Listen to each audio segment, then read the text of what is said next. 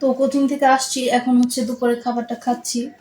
সুপথ ছিল আগের দিনে, আর হচ্ছে একটু ডিম সিদ্ধ, আর হচ্ছে এই মাছ দিয়ে হচ্ছে একটা ঝোল আছে।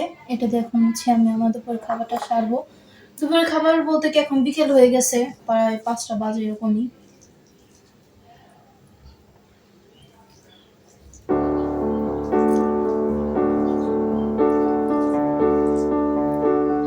প্রচুর ক্ষুধাও লাগছে, মাথা ব্যথা করতেছে প্রচুর।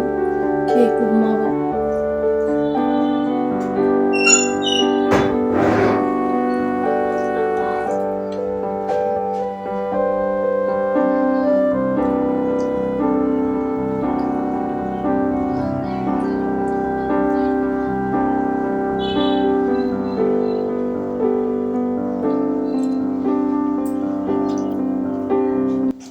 তো দুপুরের খাবারটা এখন শেষ করে নিই।